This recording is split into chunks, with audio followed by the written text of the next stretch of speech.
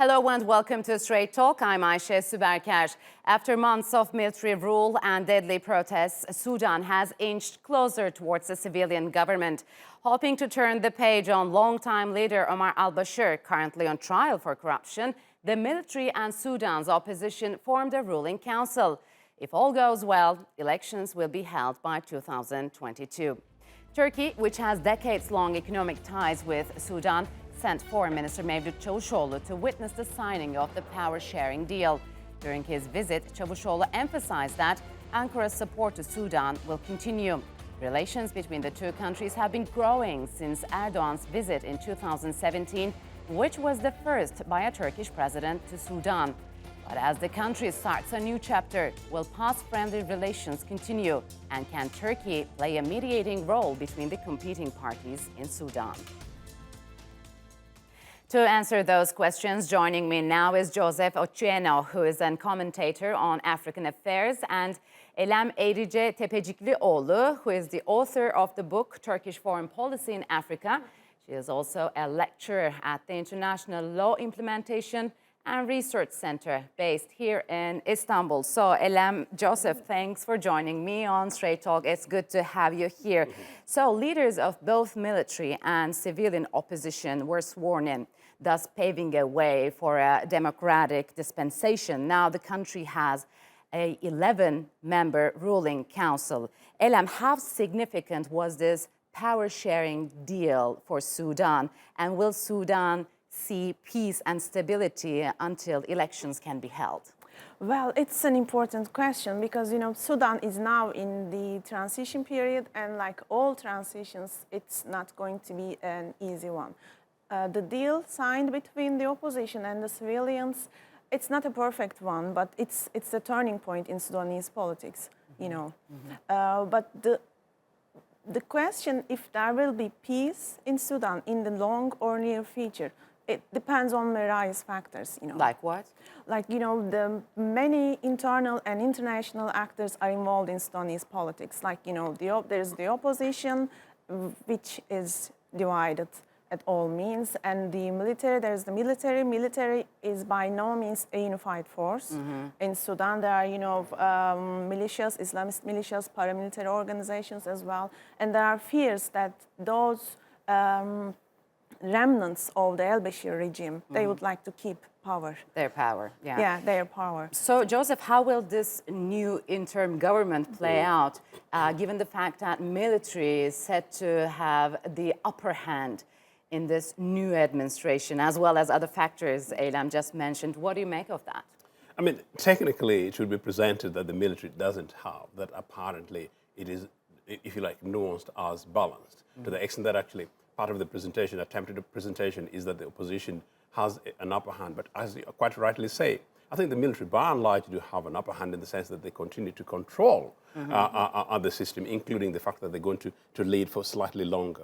But I think that having been said, it's landmark in the sense that things have changed for the first time in a very, very long time in Sudan. Power is not directly controlled 100% by the military.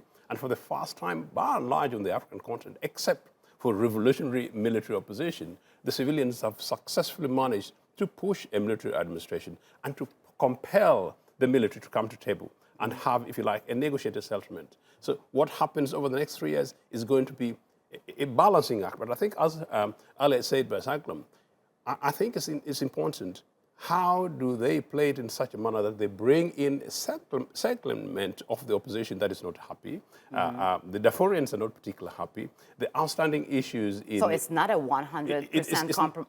It's not a 100%. And in fact, the armed opposition, by and large, are not particularly very satisfied with this. So how they play out is extremely important. The military, much as they may be a threat, I think it would be very, very risky for them to think they're actually going to play a game with the current nature of the Sudanese opposition, which I may say, by and large, is massively led by an awakened Sudanese women. So there are some concerns that the military council may delay the implementation of some clauses, and eventually they may push civilians out of that ruling council. Is that possible? Well, there's always this risk. And in a country like Sudan, who has been governed by military rule for long periods, it's always possible that the military might not want to cede power to civilians, and because there are also fears that the military can use this new power to enrich themselves and their supporters, Yeah, and we see that Joseph Military will be controlling the defense and interior ministries, which account for a large part of national spending. What do you make of that? I wish I were a fly in the process of the negotiations. How the military managed to retain these two ministries, I actually genuinely don't understand. The defense ministry, yes, I understand. But interior, I'm actually genuinely not sure. But don't forget that actually, yes, the opposition went in here rather weak from the beginning because of the substantial element of inexperience and as Ali suggested, maybe a bit of disagreements over generally.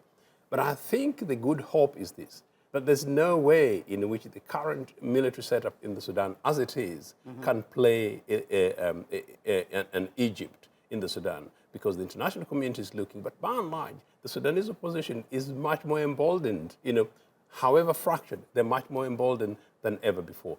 So, what made Sudan protests unique, other than for example, other Arab Spring countries? Or indeed, predominantly African protests, and many have been watching very, very carefully. It's the case that many young Sudanese surprised, including the main established political position in Sudan, the political parties, they're surprised by the Professionals Association and ordinary Sudanese who simply were prepared to get shot at and continue. And they went to the military headquarters and said, you can kill all of us here, but we're not going to leave. Yeah. So the option is, if the military this is the softest landing opportunity for the military. Anything other than that, there is ICC. Anything other than that, there's a continuation of isolation. Anything other than that, there is a determination on who killed in Darfur. Yeah. And some of the leaders of the movement are named in that process. Yeah, unfortunately. Eylem, let's talk about Turkey. What could you tell us about Turkey's position both during and aftermath of the crisis?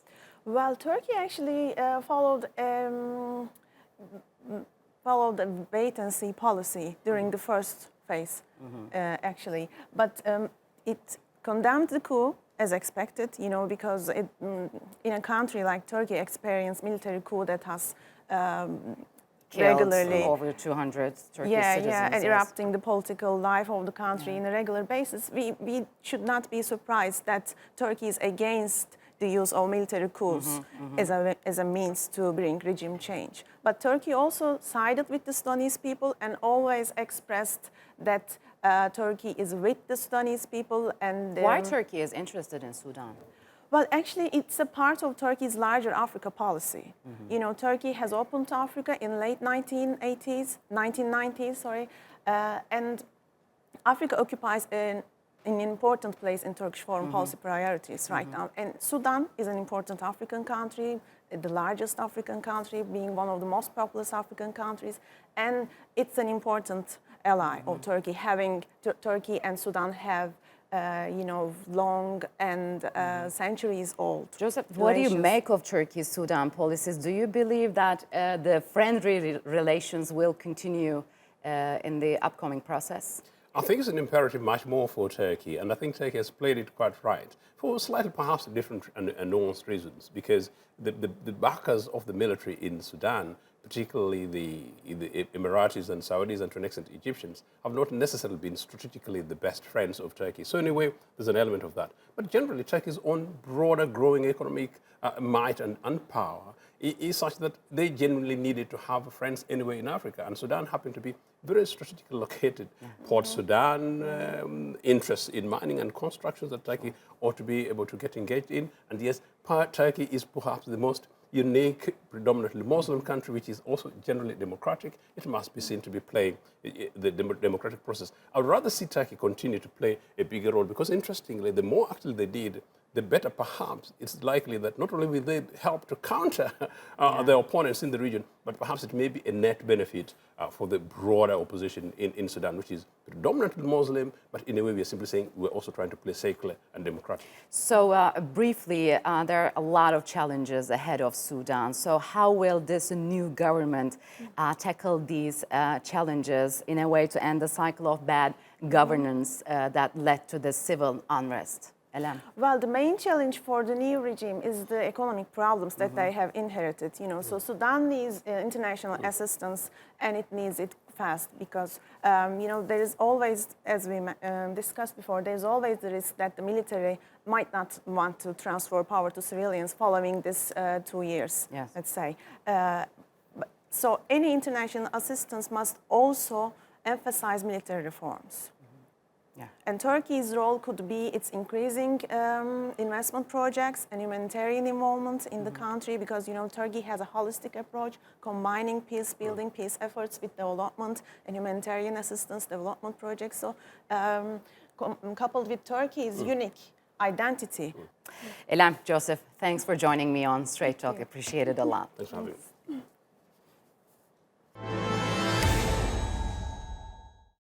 When people are forced to flee violence to another country, getting an education often becomes a lower priority than simply surviving. It's a situation that can lead to a lost generation, a generation that lacks the skills to earn a living either in their adopted country or their own homelands. And it's a problem the United Nations has warned about. It says that only 1% of refugees worldwide has access to higher education. But hidden in those numbers has been one outlier. Omar explains.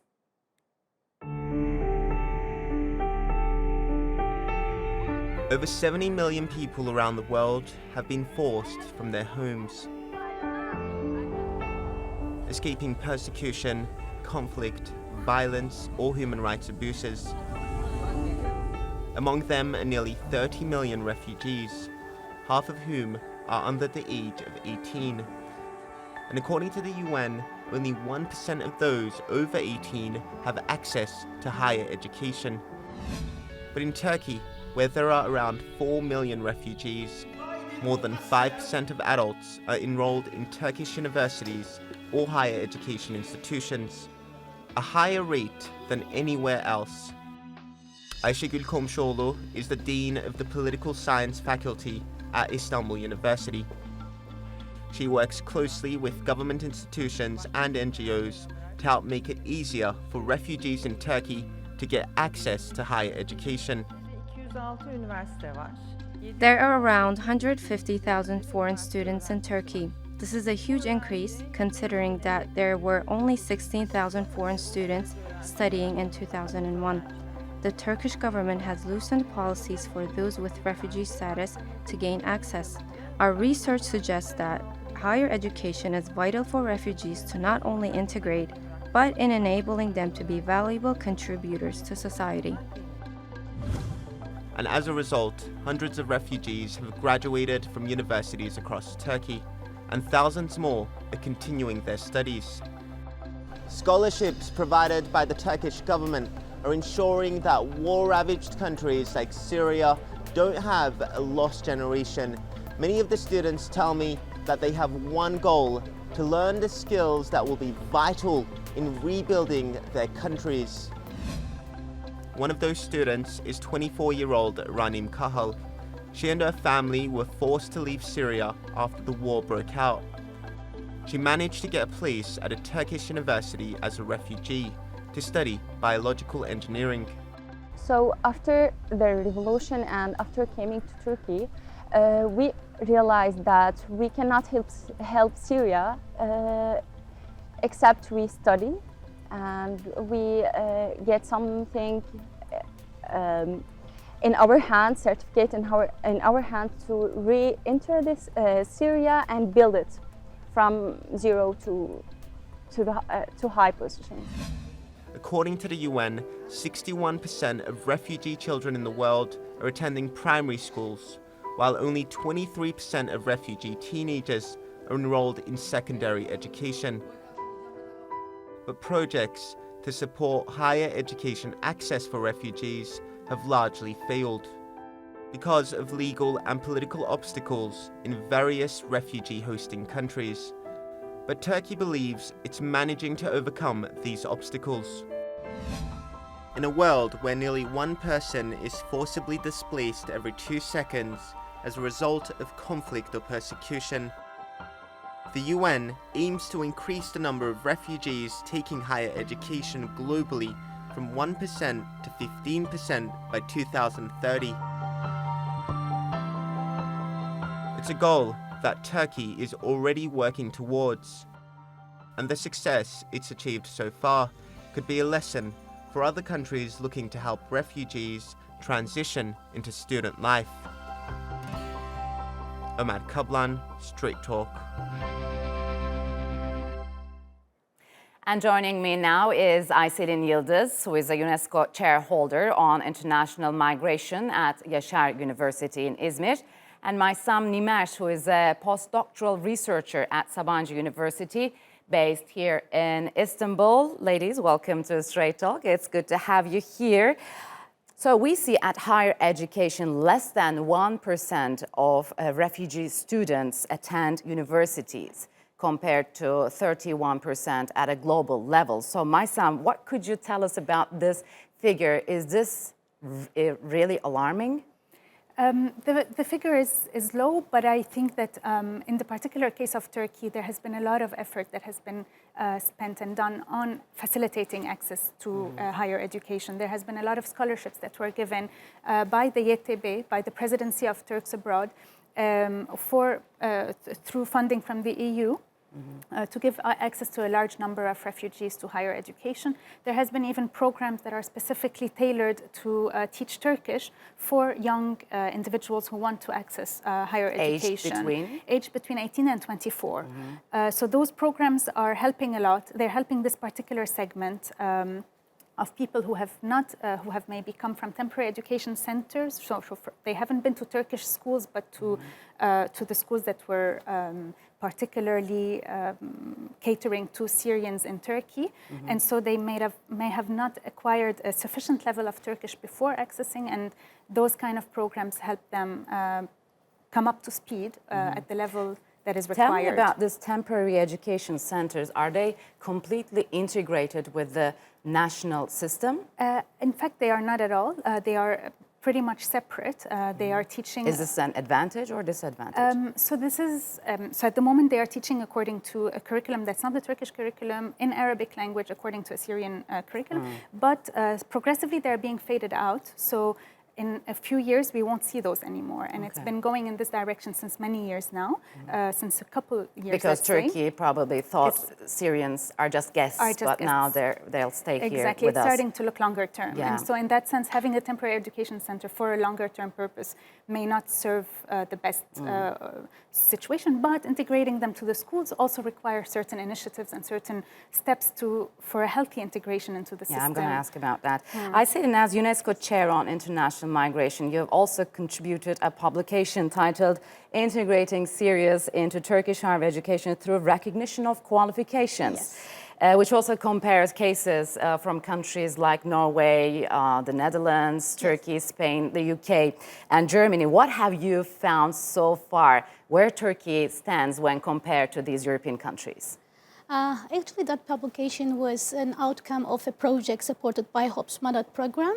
And what we find out there is actually Turkey provides, Turkey is an example country for many other countries in terms of providing access to higher education and also integration of those, not only Syrians, but all refugee-like populations. There, what we find out that Turkey is, currently the number of the Syrian students who are at Turkish universities is nearly 28,000, which is a significant high number. So what do they get quality education? It depends, but if you compare which departments they are in, it depends. But mostly we see that they are, there is no any official, by the way, an announcement about their departments, but what we observe in the field is they are mostly with medical studies, with dentistry and engineering. Their interests are towards those departments. And also what we see there, Turkey offers some facilitated procedures, especially for transfer students, who were having their education, and then they are, they came to Turkey, and now they need to continue with their education for this. So Are they happy here? Actually, what we observe, it depends. But, you know, of What course, are there the are some challenges they're challenges. facing? Yeah, tell me about those challenges, One of the challenges is, I think the regular attendance to courses is one of the challenge because they need to work. You know, we offer scholarship programs. That's what we appreciate with YTB, and also Turkey has a very good cooperation with international organizations such as with UNHCR, HOPS-MADAT. So we provide scholarships to support their education. However, they still in need of financial assistance, and the regular attendance to courses is a problem as far as we see during this project. The second problem might be language obstacle. You know, we need to support them more with Turkish courses. Yeah, Maysam, tell me about that, please. Tell me about its importance and what Turkey is doing at the moment. So at the moment, anyone who's above 18, so there are the ones who are in the temporary education centers, they take a few hours only of Turkish. The ones in the regular schools are directly immersed with their peers, with their Turkish peers in Turkish, receiving education in that language. And then above that age, so after they're out of the formal system, or if they're not in the system at all, then their options are limited. They have a few scholarships that are, as Ayselin mentioned, that are from the YTB, from the YTB presidency, and those are just for giving Turkish language through the coordination of UNHCR and with EU funding. They usually give about 2,000 to 3,000 a year out of maybe 8,000 to 9,000 applicants, and they have very strict regulations and conditions. So as attendance we said, attendance is one of them. In order to apply, even they have to have a temporary protection status. They have to be registered in the city. They have to be they have to have a certain potential of joining higher education. That's why we have this facilitated procedures, right? Exactly, exactly. So then those procedures help in order to overcome the language. There are other programs as well that are free of charge, offered by public education centers, offered by municipality vocational centers, etc. And those are free of charge and accessible, but they're not always very well promoted, and they often do not suffice for higher education. And of course, joining higher education for refugees is of crucial importance, because if they want to have a political, if they want to have a voice, and if they want to go back and rebuild their country, for instance, or have a voice in their host community and back in their country, demanding their rights, etc. So I feel like it's what's being done. There's a lot that's being done. But the percentages are still low, and they could be increased a little more, especially given that they also, even within the host country, once we have a group that is educated and that received higher education, it can serve as a bridge with the community, with their own community and the host community. So it kind of facilitates that kind of dialogue. I think is the integration of refugees into higher education a new concept for the world, and how the world is tackling with it? It's actually, I can say it's not. For some countries, yes, but for some countries, not. Because, you know, some countries, they have high, let me say, experience with international students or migrant students. But refugee is something different, you know, because if you compare an international student, it's voluntary demand, you know, the demand is coming from the student, but with forced migration. No financial problems. Actually, yes. No So they rationally choose, you know, which university to go or the destination country. But with refugees, that's something different. So in that respect, the integration of refugees is a new field, I can say, you know, and that we need to learn. We need to learn from each other. For example, we examined the Norwegian case. They work with very low numbers, but we learned that they have like how to recognize the qualification of refugees. They develop new tools, which is actually in Turkey the same. So I think Turkey can be a country that leads to show off the experience, share the experience on how we tackle with that high number of students. That's not only Syrians, by the way, it's expanded to Egypt, Palestinian, Iranian, Iraq, and Yemen Afghan, students. That's important. Last question, hundreds of refugees have graduated from Turkish universities, and thousands of them are studying now. What happens to those who graduate? Do they find jobs, and do you have a follow-up on them? That's, I think this is a very essential question, and there isn't much at the moment that is available. Correct me if I'm wrong, Ayselin, but I feel like it's still very new. the graduates are still in their, like at the moment, there's the first year of graduates upon us. So I think there needs to be follow-up studies. There needs to be, also they are in different universities, some in Istanbul, some in Karabük, some in, so it's also going to depend on where they are and what kind of, it's going to be important to measure what are their opportunities once they graduate from this mechanism, so that it's not just about taking a course or a university degree, graduating, but also like putting it into practice. And there still remains a lot of barriers that need to be addressed in order to. I'm afraid we're out of time, ladies. Thank you very much for joining me on Straight Talk. It's good to have you here. Thank you. Thank you. And that's all for this edition of Straight Talk with me, Ayşe Süberker. If you've got any comments, do share them with us on Twitter with the hashtag Straight Talk. Also, don't forget to subscribe to our YouTube channel. Until next time, take care and goodbye.